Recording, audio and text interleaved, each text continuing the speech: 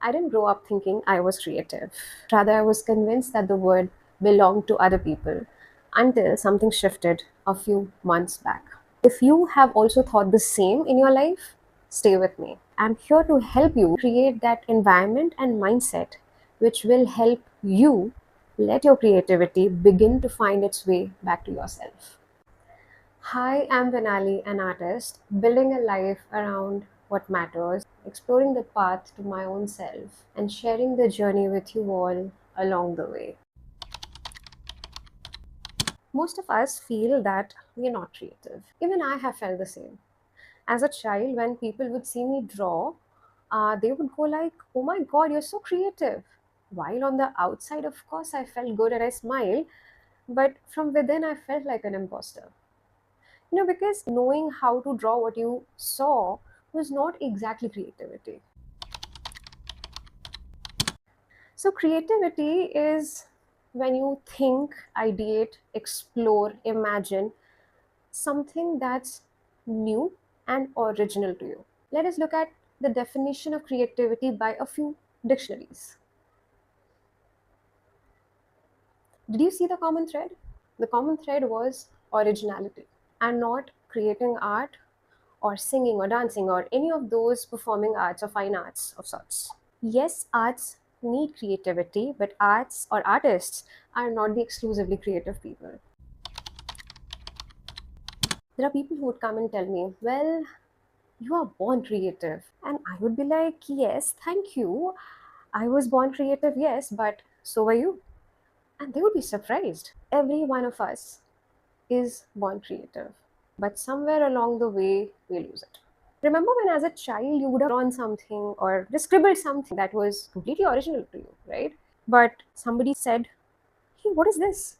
What have you drawn?" Or maybe somebody just laughed at it. That was the moment. We learned that the moment we make something that's original and not right, it's unsafe because we might be humiliated, ridiculed, or laughed at. And so we pushed it away.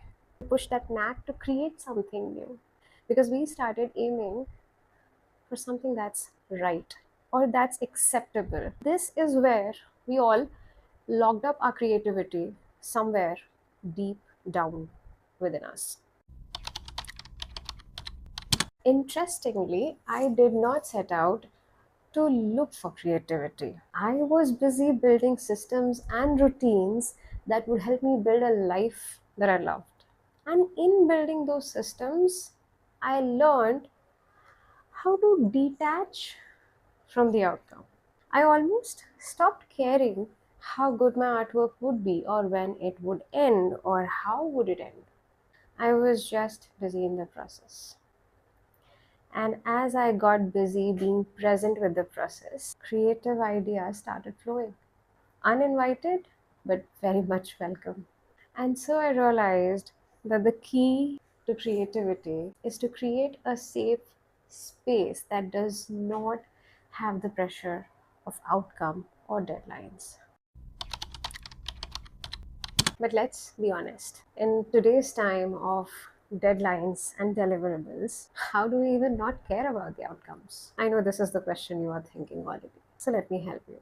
Here's a very simple way to first test it out for yourself and at least build a confidence that yes, you have the creativity. Pick some time when you are free without being worried about the next activity.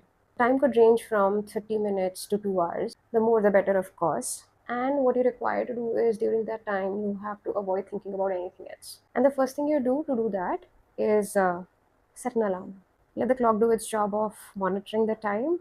Please free up that bandwidth of your brain.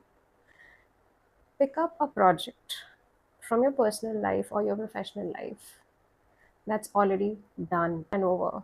Sit in a silent, quiet place, your comfortable place where you feel safe, where you can think anything. Ask yourself, if I were to solve for that project today, when there is no deadline, no pressure of outcome, how would I solve it? Any different from what I have done before? And allow yourself to think wild as even assuming three-eyed human beings, if that's what is relevant. Let your mind go free because now nobody cares what's right or wrong. It's in your mind only, correct? You might or might not have a creative breakthrough in the first go, and that's completely fine. Because let's acknowledge that your creativity has been in the hiding for ages now. It needs time to come out. So it's totally fine if you need to repeat it again some other day, maybe a week later, maybe a day later, or 4 days later, your choice. You would ask me, what's the point if we pick up an old project? Are we trying to fix it? No, we're not trying to fix it. Then what's the point? The point is you. The point is that you, by this practice, are creating a safe, no stakes zone for your creativity to come out and learn to trust you again. This is an activity for you and not that project. Lastly, please practice it with a lot of patience, compassion, and kindness.